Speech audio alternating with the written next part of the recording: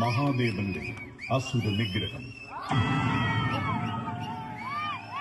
രാധയുടെ കോപത്താൽ അസുരനായി മാറിയ ശങ്കപാലൻ കഠിന തപസ്സാൽ നേടിയ ശക്തിയിൽ അഹങ്കരിച്ച് 3 ലോകങ്ങളിലും സജ്ജന ദ്രോഹം ചെയ്തു.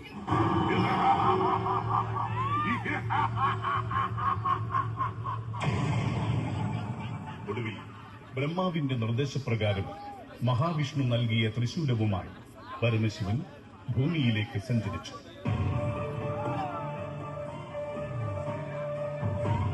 എന്റെ ആഗ്രഹത്തിന് ആരെതിരു നിന്നാലും ഞാൻ അവരെ തകർക്കും.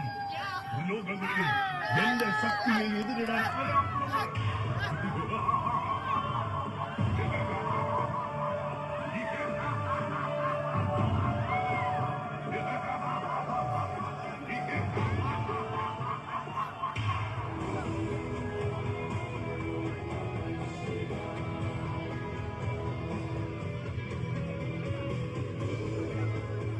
ശങ്കപാല, നീ ത്രിലോകങ്ങളിലുമുള്ള സജ്ജനങ്ങളെ ദ്രോഹിക്കുന്നു. നിർത്തൂ നിന്റെ അഹങ്കാരം.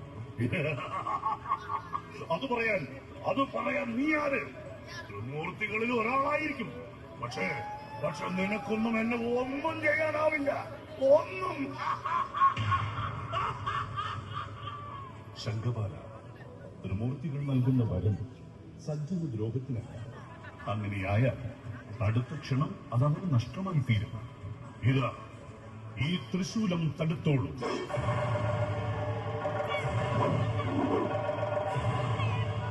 ശങ്കപാല, നിന്റെ ജീവൻ ഞാൻ എടുക്കും.